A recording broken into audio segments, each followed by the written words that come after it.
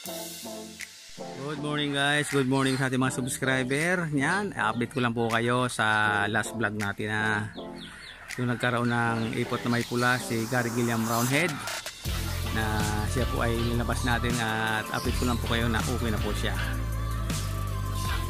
Yung guys, nandun na siya sa scratch pin, no? Medyo pinarawan muna natin siya bago tayo pumasok guys. Ayan, okay na po siya. I-set po natin siya. Bali 5 days tayo nagbigay sa kanila, sa kanya ng ating binigay na Primoxil saka Sulfar QR. Yan. Tayo po ay magpapakain na sa kanila. Yan. At ibinalik na natin sa mga kondominium yung linabas natin mga babae kagabi o kahapon pag dating natin galing trabaho guys. Yan. Yan, wala na naman tayo kagabi oh. Sana naman dito sa ating munting backyard. Dito naman tayo. Papatukan na tayo. Ayan, yung mga linabas natin kagabi. Ayan, bago natin balik ating mga linabas, binawalisan muna natin yung scratch pin kasi yung mga ipot ng mga babaeng nilagay natin yung kagabi guys. Kahapon. Yan natin kinaumagahan yan.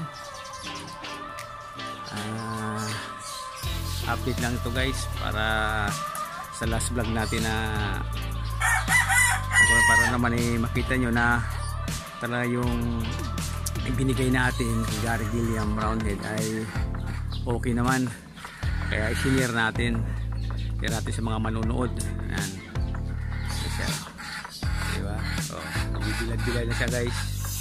Ayun. At malakas na rin po siya tumupa. Ayan, update lang tayo guys sa ating Gary Gilliam Roundhead.